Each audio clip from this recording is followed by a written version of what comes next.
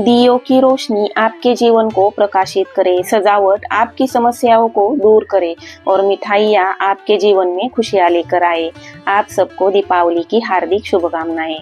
दीपों की रोशनी आपके जीवन को रोशन कर दे। गणेश जी और माता लक्ष्मी का आशीर्वाद आप सब पर बना रहे। दीपावली मतलब दियों का प्रकाश, उत्साह, आनंद का त्योहार है। हमारे हिंदू धर्म में दिवाली को सबसे बड़ा त्योहार माना जाता है और दिवाली के 5 दिन के इस त्योहार में सबसे महत्वपूर्ण दिन मतलब लक्ष्मी पूजन। लक्ष्मी पूजन की पूजा करने के पीछे एक विशिष्ट पूर्ण हेतु होता है। जीवन में सुख समृद्धि आए, इसीलिए दिवाली में लक्ष्मी पूजन किया जाता है। इस दिन दुकान, कार्यालय या फिर आप अपनी काम की जगह पे भी विधिवत लक्ष्मी पूजन किया जाता है। तो इस पूजा में विशिष्ट वस्तुओं का समावेश करना होता है, तभी ये पूजा लाभदायक होती है। लक्ष्मी पूजन कैसे करना है, लक्ष्मी पूजन का मुहूर्त क्या है, कौन सा मंत्र जाप करना है, ये सब जानकारी मैं आज इस वीडियो में लेकर आई हूँ। तो आप सबको नमस्कार, मैं अमृता, क्रिएटिव अमृता इस चैनल पे आप सबका स्वागत करती हूँ। इस साल दिवाली कार्तिक अमावस्या 31 अक्टूबर रोजी दोपहर 3:52 को शुरू होने वाली है और 1 नवंबर शाम को 6:16 को खत्म होने वाली है। तो कार्तिक अमावस्या शुक्रवार 1 नवंबर के दिन है, तो 1 नवंबर के दिन ही देवी लक्ष्मी की पूजा करने का शुभ मुहूर्त है। तो शाम को 5:36 से 6:16 तक का समय पूजा के लिए शुभ है। ब्रह्म पुराण के हिसाब से लक्ष्मी पूजन शाम को ही करने का विशेष महत्व है। तो चलिए पूजा शुरू करते हैं। पूजा के लिए जरूरी सामान याद करके पूजा में बैठने से पहले ही इकट्ठा कर लेना है, ताकि पूजा में कोई रुकावट ना आए और लगातार मनोभाव से पूजा संपन्न हो जाए। कोई भी पूजा करने से पहले पूजा की जगह साफ सुथरी कर लेनी है। वहाँ एक चौरंग पाट रखना है और उस पे लाल रंग का वस्त्र बिछाना है।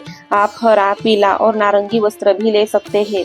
और लक्ष्मी पूजन की इस पूजा करने से पहले घर के मंदिर के भगवान की पूजा सबसे पहले करनी है। उसके बाद में तुलसी की पूजा कर लेनी है और उसके बाद में ही लक्ष्मी पूजन की पूजा शुरू करनी है।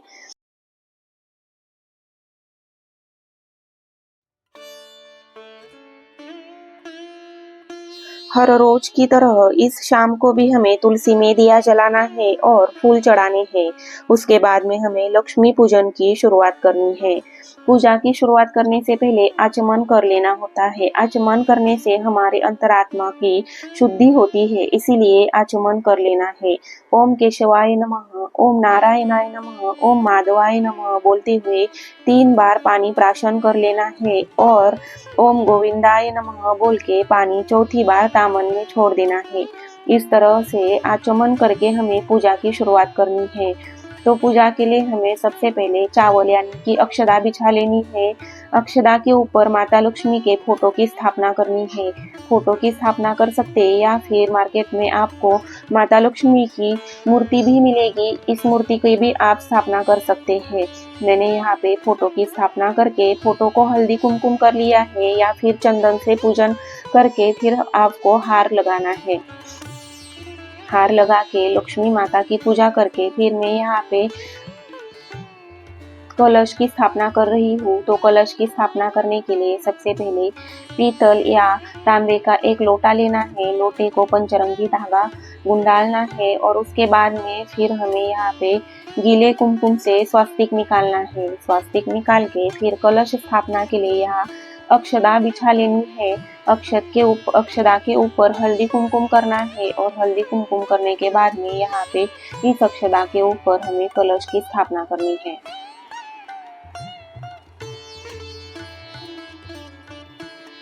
लोटे में हमें जल भर लेना है। 80 तक के इतना जल भर लेना है। पूरा एकदम जल भर के नहीं लेना है, थोड़ा कम पानी रखना है। इस पानी में हमें एक सुपारी डालनी है, एक फूल डालना है और एक नाना डालना है, यानी कि 1 रुपए का एक सिक्का डालना है। उसके बाद में हमें यहाँ पे खाने वाले पान यानी कि नागवेली के पान लेने हैं। आप आम के पत्ते भी ले सकते हो, आसोपाला के पत्ते भी ले सकते हो। इस तरह के 5 पत्ते लेके इस कलश में रखने हैं और उसके ऊपर श्रीफल रखना है। पत्तों को इस तरह से पानी में लोटे में रख करके बाद में हमें यहाँ श्रीफल लगाना है। श्रीफल पूरा होना चाहिए, इसकी शेंडी ऊपर की तरफ आनी चाहिए, इसका ध्यान देना है। इस तरह से श्रीफल की स्थापना करके हमारी कलश स्थापना पूरी हो जाती है। फिर हमें कलश की पूजा कर लेनी है। हल्दी कुमकुम या चंदन लगा के कलश की पूजा करनी है। माता लक्ष्मी को लाल रंग का फूल पसंद है, इसीलिए हमें कलश के ऊपर लाल रंग का फूल चढ़ाना है। तो यहाँ पे मैंने गुलाब का फूल चढ़ाया है। माता लक्ष्मी को लाल रंग का फूल प्रिय होता है। कमलगंठी की माला, कौड़ी प्रसन्न करने के लिए लक्ष्मी को ये सब चीजें पूजा में रखनी होती है, इसलिए इन चीजों का भी समावेश करना है। उत्सव है दीपों का, त्योहार है दियों का, इसीलिए इस पूजा में दिवाली के दीप स्थापना करना भी जरूरी है। इसीलिए यहाँ पे मैं कलश स्थापना के बाद में दीप स्थापना कर रही हूँ। कलश के बाजू में ही दीप की स्थापना कर ली है, दीप जलाया है। फिर दीप की पूजा करके एक फूल भी अर्पण करना है।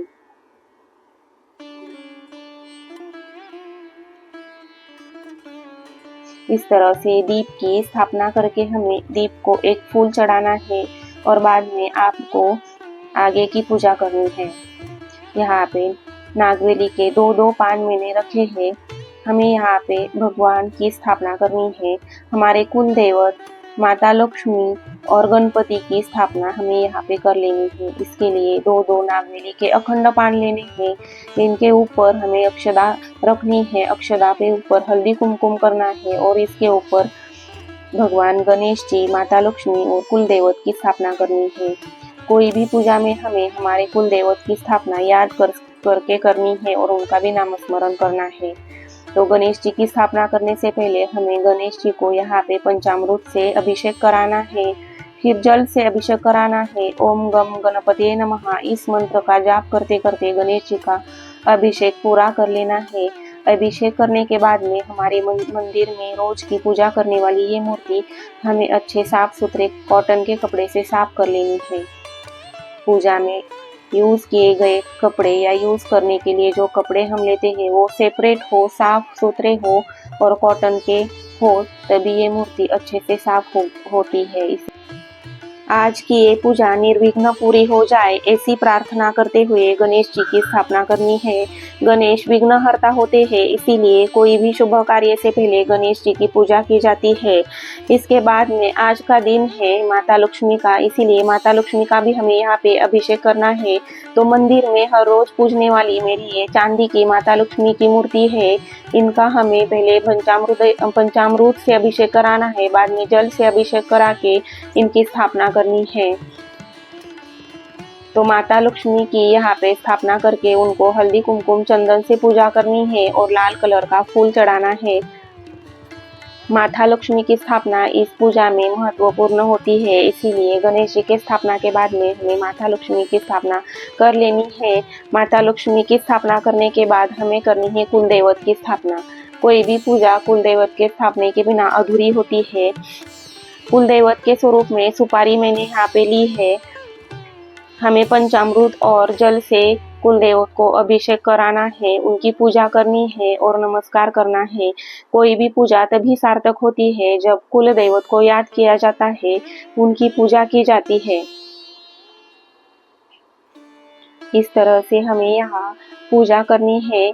इसके बाद में हमें यहाँ पे लक्ष्मी को प्रिय होती हुई ऐसी कमल गट्ठी यानी कि कमल के बीज, कौड़ी और गोपाद ये सब रखना है। ऐसा माना जाता है कि ये लक्ष्मी को प्रिय जो चीजें हैं वो घर में रखने से लक्ष्मी आकर्षित घर में होती है। इसीलिए मैंने यहाँ पे कमलगट्ठी की मनी यानी कि कमलगट्ठी यानी कि कमल के बीज, गोपाद और कौड़ी भी यहाँ पे रखी है। और दीप का त्योहार है तो दियों को भी रखना जरूरी है, इसीलिए इस पूजा में दीप की भी स्थापना की है। उसके बाद में 2 दिए भी जलाए हैं।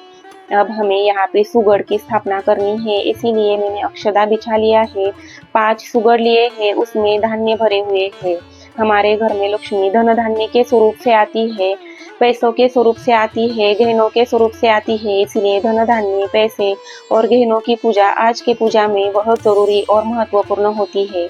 यहाँ पे इसीलिए मैंने सुगड़ में 5 जाति के धान्य लिया है, आखा धना लिया है, चावल लिए हैं और इतर धान्य लिए हैं और इस सुगड़ में इस तरह से रखे हैं। आपके घर में अगर चांदी का सिक्का हो, लक्ष्मी की फोटो होने वाला चांदी का एक सिक्का जरूरी होता है। अगर हो तो आपको इस पूजा में सिक्के की भी पूजा कर लेनी है।